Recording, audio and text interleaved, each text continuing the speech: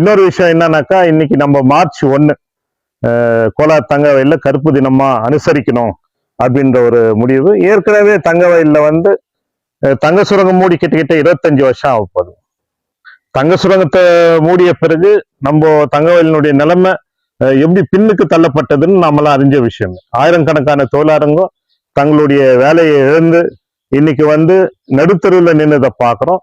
அது மட்டும் இல்ல, அவங்களுக்கு கிடைக்க வேண்டிய நியாயமான அந்த மீதி பணம், அது என்ன குஜராத் பேக்கேஜ்னு சொல்லிட்டு ஸ்பெஷல் டெர்மினல் பெனிஃபிட் பேக்க அப்படின்னா சொன்னாங்களே, எஸ்டிபிபி தொழிலாளின்னு வாங்க, அவங்களுக்கு கொடுக்க வேண்டிய அந்த நிலுவை பணம் 52 கோடி, அந்த பணத்தை கூட இந்த அரசு, மத்திய அரசு ஆகட்டும் நிர்வாகம் ஆகட்டும் இதுவரைக்கும் கொடுக்காத ஒரு நிலைமையில ஆயிரக்கணக்கான தொழிலாளிங்க வந்து இன்னைக்கு மாண்டு போயிட்டாங்க, மண்ணுக்கு போயிட்டாங்க.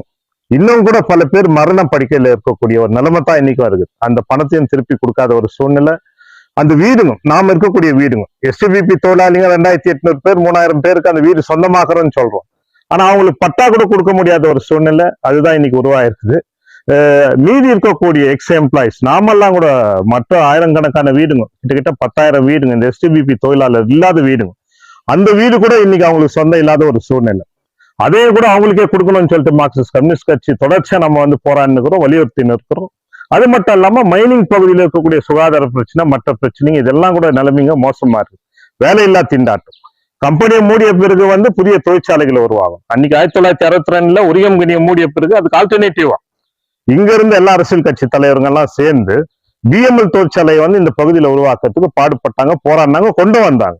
ஆனா பிஜிஎம்எல் வந்து மூடிய பிறகு அரசனுடைய புதிய பொருளாதார கொள்கை, தொழிலாளர்களுக்கு எதிரான கொள்கைனால தான் அதை மூடணும். மிஸ்மேனேஜ்மெண்ட் தான் சொன்னாங்க, அவங்களே வந்து மிஸ்மேனேஜ்மெண்ட் தான் சொன்னாங்களே தவிர, இன்னைக்கு பொண்ணு தேடி போச்சு, மண்ணை தேடிட்டான், ஆயிரக்கணக்கான கோடிக்கணக்கான கோல்டை வந்து தேடின்னு போய் ஜான் அண்ட் டெய்லர் கம்பெனி காலத்துல இருந்து பிரிட்டிஷ்காரன் சேர்த்தான். அதுக்கப்புறம் இங்க இருந்த இந்திய அரசுக்கு இது தேசியமயமாக்கப்பட்ட பிறகு இங்க இருந்த அதிகாரிங்க ஆயிரக்கணக்கான கோடிக்கணக்கான பொண்ணை திருடணும், தங்கத்தை திருடணும். அதெல்லாம் காரணம் தான் இன்னைக்கு வந்து இந்த கம்பெனி மூடுறதுக்கு ஒரு முக்கியமான காரணம். அதுக்கப்புறம் அரசனுடைய பொருளாதார கொள்கை, அதுதான் இன்னைக்கு காரணம். இன்னைக்கு ஏதோ ஒரு 10 மூட்டை 20 மூட்டை திருடனான்னு சொல்லிட்டு இன்னைக்கு பெரிய நியூஸா கூட வருது. அது ஒரு பக்கம் இருக்கட்டும். இன்னைக்கு இது மாதிரியான நிலைமையில வந்து இந்த தொழிலாளிகளுடைய வாழ்க்கை நிலைமை இருக்குது.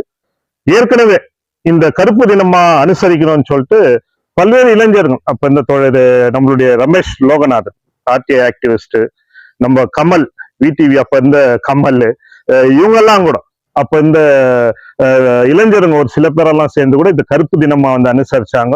பைலட்ஸ்ல இருக்கக்கூடிய அந்த தொழிலாளர் சிலைக்கு போய் மாலை அணிவிச்சு அங்க ஒரு பந்தலெல்லாம் போட்டு கூட தர்ணாலாம் உக்காந்து இருக்கிறாங்க, எல்லாம் கருப்பு சட்டம்லாம். நிச்சயமா அது வந்து எதிர்ப்பு தெரிவிக்க வேண்டிய ஒரு நாள் தான், கருப்பு தினமா தான் நாம வந்து அனுசரிக்கணும். ஆனா இந்த தொழிலாளிகளுடைய பிரச்சனைகளுக்கு மக்களுடைய போராட்டம் வலுப்பெறும்.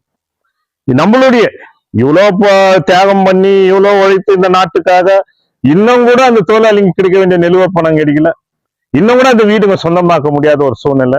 அவங்களுடைய பிள்ளைங்க பெங்களூருக்கு வேலைக்கு போயிட்டு அந்த ட்ரெயின் நேரங்களை மாத்திடுறான், ட்ரெயின் வசதிகளை குளறுபடி பண்றான். இவ்வளவு அவஸ்தைங்க மத்தியில தான் நம்ம வாழ்ந்துனுக்கிறோம். குடிக்கிறதுக்கு தண்ணி கிடையாது இந்த ஊர்ல. பீஜம்ல இருக்கும்போது பேத்மாங்களா தண்ணி உருவாக்கப்பட்டு இங்க குடி தண்ணீரை கொடுத்தோம். இங்கேயும் கூட ஸ்டோரேஜ் லட்சக்கணக்கான லிட்டர் தண்ணியை ஸ்டோரேஜ் பண்ணக்கூடிய சாம்பியன் பகுதி இருக்குது, எட்கஸ் பகுதி இருக்குது, இங்கெல்லாம் கூட ஸ்டோரேஜ் பண்ணி நம்மளுக்கு வந்து தண்ணி விநியோகம் பண்ணிடலாம். அதெல்லாம் கூட இன்னைக்கு நிறுத்தப்பட்டிருக்கக்கூடிய சூழ்நிலை. இதெல்லாம் தான் உண்மையான இந்த கோரிக்கைங்க மேல நம்ம ஒரு நாள் கருப்பு தினமும் அனுசரிச்சாலும் இந்த கோரிக்கைங்க மேல தொடர் போராட்டங்களை நாம வந்து பண்ணோம். அது மார்க்சிஸ்ட் கம்யூனிஸ்ட் கட்சியின் சார்பாக நான் இந்த நேரத்துல தெரிவிச்சுக்கிறேன்றதை இந்த நேரத்துல சொல்லிக்கிறேன். நன்றி, வணக்கம். தங்க வயலின் இன்றைய செய்தி.